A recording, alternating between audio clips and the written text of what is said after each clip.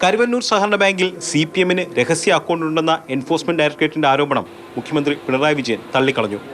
കള്ളപ്പണം സ്വീകരിക്കേണ്ട ആവശ്യം CPMനില്ല. ഞങ്ങളെ സംബന്ധിച്ചിടത്തോളം എല്ലാ കാര്യങ്ങളും സുതാര്യമാണ്. ജനങ്ങൾ നൽകുന്ന കാശ് എത്രയാണ് എന്ന് ജനങ്ങൾക്കറിയാനുള്ള അവകാശമുണ്ട് എന്നാണ് ഞങ്ങൾ കാണുന്നത്. അതുകൊണ്ട് തന്നെ ഒരു രഹസ്യ അക്കൗണ്ടിൻ്റെയും ആവശ്യം ഞങ്ങൾക്കില്ല.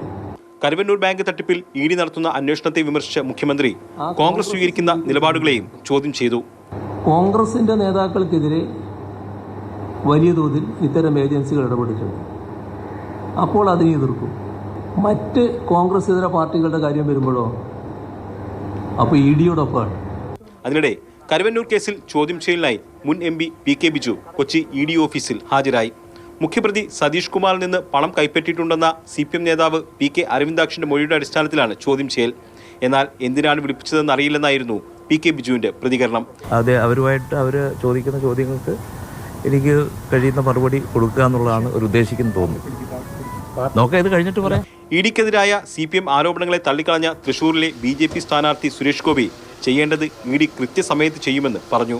അതൊക്കെ ഡിപ്പാർട്ട്മെന്റൽ ആക്ടിവിറ്റീസ് ആണ്, ആക്ഷൻസ് ആണ്. അത് കൃത്യമായിട്ട് അത് പാലിക്കേണ്ടവർക്കറിയാം, അത് പാലിക്കാൻ.